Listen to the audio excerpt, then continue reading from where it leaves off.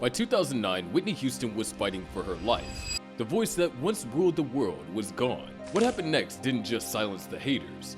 It reminded the world why they called her the Voice in the first place. This is the story of the song that brought Whitney Houston back from the dead. Hit that subscribe button and prepare your mind to be blown, because what Whitney Houston pulled off in 2009 will make your jaw drop. Don't say I didn't warn you. By 2008, Whitney Houston had vanished, not just from the charts or stages, but from existence itself. Between 2005 and 2008, she barely made any public appearances. Reports surfaced that she completely lost her voice and could barely utter a sound.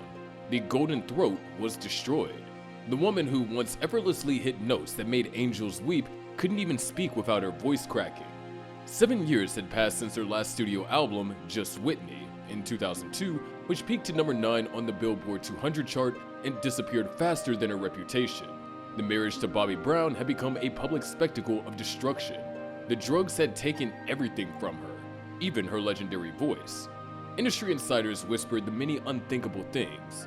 Whitney Houston was done. The voice that gave us "I Will Always Love You" had been murdered by cocaine and chaos. Radio stations reduced airplaying her albums. MTV tried to hide her. The same executives who once kissed her feet now cross streets to avoid her shadow. All because of drugs. But there was a twist that nobody saw coming. In the darkest pit of her personal hell, Whitney was quietly planning the most audacious resurrection in music history. And the plan did work out. Are you ready for this? Enter R. Kelly with a song called "I Look to You." On paper, it looked like a musical suicide, piano-driven gospel in an era of auto-tuned pop, a ballad when the world wanted beats, the kind of track that could either resurrect a corpse or confirm its burial. The song was written by R. Kelly and produced by Emmanuel Curacao, Tricky Stewart, and Harvey Mason Jr. When Whitney first heard it, something shifted. For the first time in years, she saw light through the darkness. Whitney said about the song, "I Look to You resounds in my soul." It set the tone for the album. This wasn't just another comeback attempt. This was her declaration of war against everyone who counted her out. Every note was a middle finger to the critics. Every breath was proof she was still breathing. This was a pure resurrection. The recording process was really torture. Every note was a battle against vocal cords that had been shredded by years of abuse. Every breath reminded her of what she lost. But buried beneath the wreckage was still Whitney Houston. Still the voice. Still the woman who could stop time with a single note. Studio engineers held their breath as she approached the microphone. Would lightning strike twice? Could a broken bird still fly? That moment in the studio would either save her legacy or destroy what little was left. The stakes couldn't have been higher. The album was Houston's first non-holiday studio album since 2002's Just Whitney. 7 years of silence. 7 years of watching the world forget her name. 7 years of people placing bets on when she officially disappeared forever. Word leaked about listening parties in London, Los Angeles, and New York. Industry insiders nodded politely, but behind closed doors, they sharpened their knives. This was Whitney Houston's last stand, and most believe it would be her final embarrassment. On July 23, 2009, "I Look to You" was released as a single. The moment of truth arrived like a freight train. Would the world still care about Whitney Houston? Could a broken legend find her way back to relevance? The silence was deafening. Then the numbers started rolling in. "I Look to You" peaked at number 70 on Billboard Hot 100. Not exactly world-conquering numbers, but here's where it gets interesting. The song reached number 19 on Billboard Hot R&B Hip-Hop Songs chart and number 22 on the Adult Contemporary chart.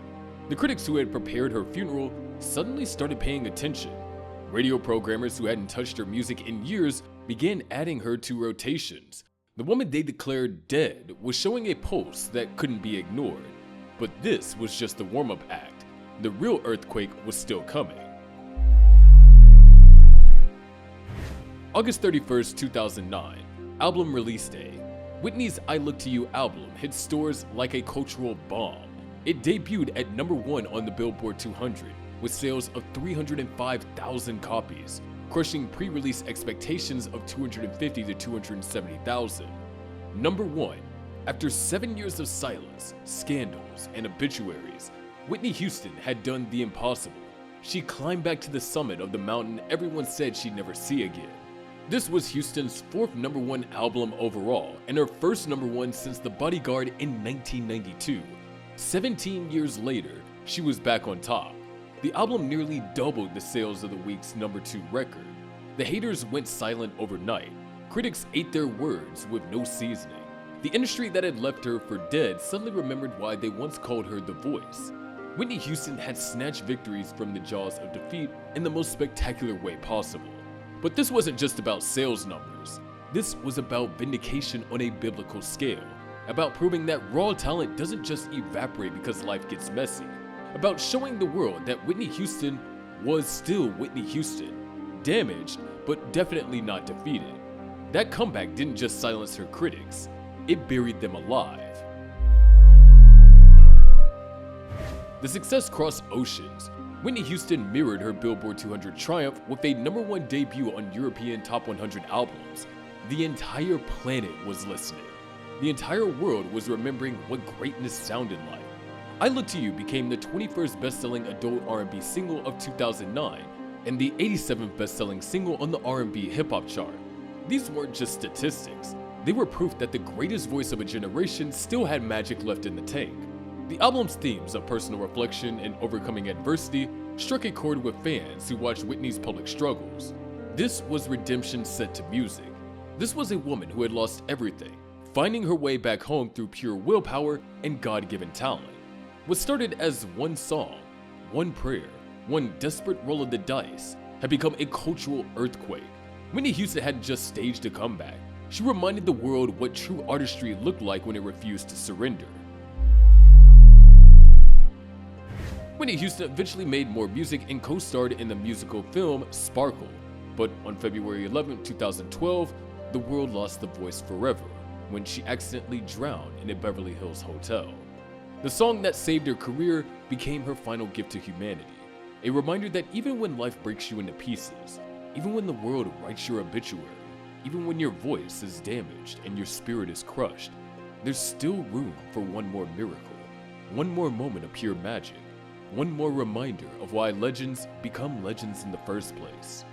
I Look to You was later re-recorded as a duet between Houston and R. Kelly and released as a single on September 25, 2012, 7 months after her death. Even in death, Whitney Houston was still touching souls worldwide.